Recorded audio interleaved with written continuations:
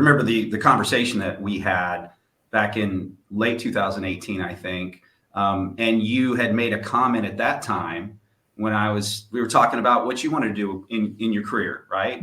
What you want to do when you grow up, so to speak. And you said, well, hey, regulatory intelligence, if there were opportunities. And that was the first time that somebody had a conversation with me about that type of position.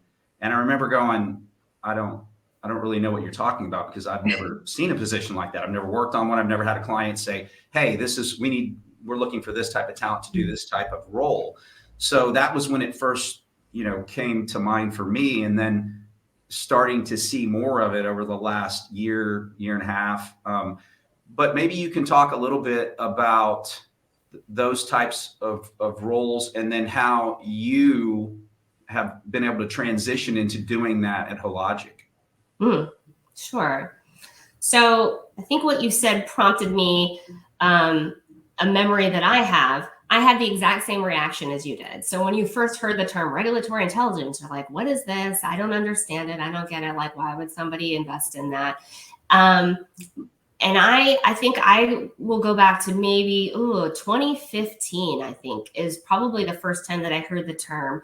And Linda Bowen is kind of the OG of regulatory intelligence. So she's been around for a while in the regulatory atmosphere here. And she talked about it at a RAPS convergence one year. And she talked about regulatory. And as soon as I heard it, I was like, what is this? This sounds cool. This sounds exciting. This sounds like right up my alley of something I want to do.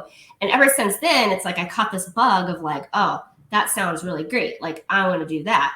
I did, I was doing regulatory submissions at the time, and I liked doing it. So don't get me wrong. Like, it's not bad to do regular submissions.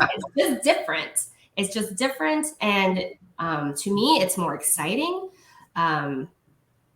to see all the new things and be kind of on the top of like, what's going on, what's happening, what's new today, and being kind of the first person to read about it, the first person to analyze that, the first person to look into it, and the first person to tell somebody who cares, that this could really impact us and get their ear.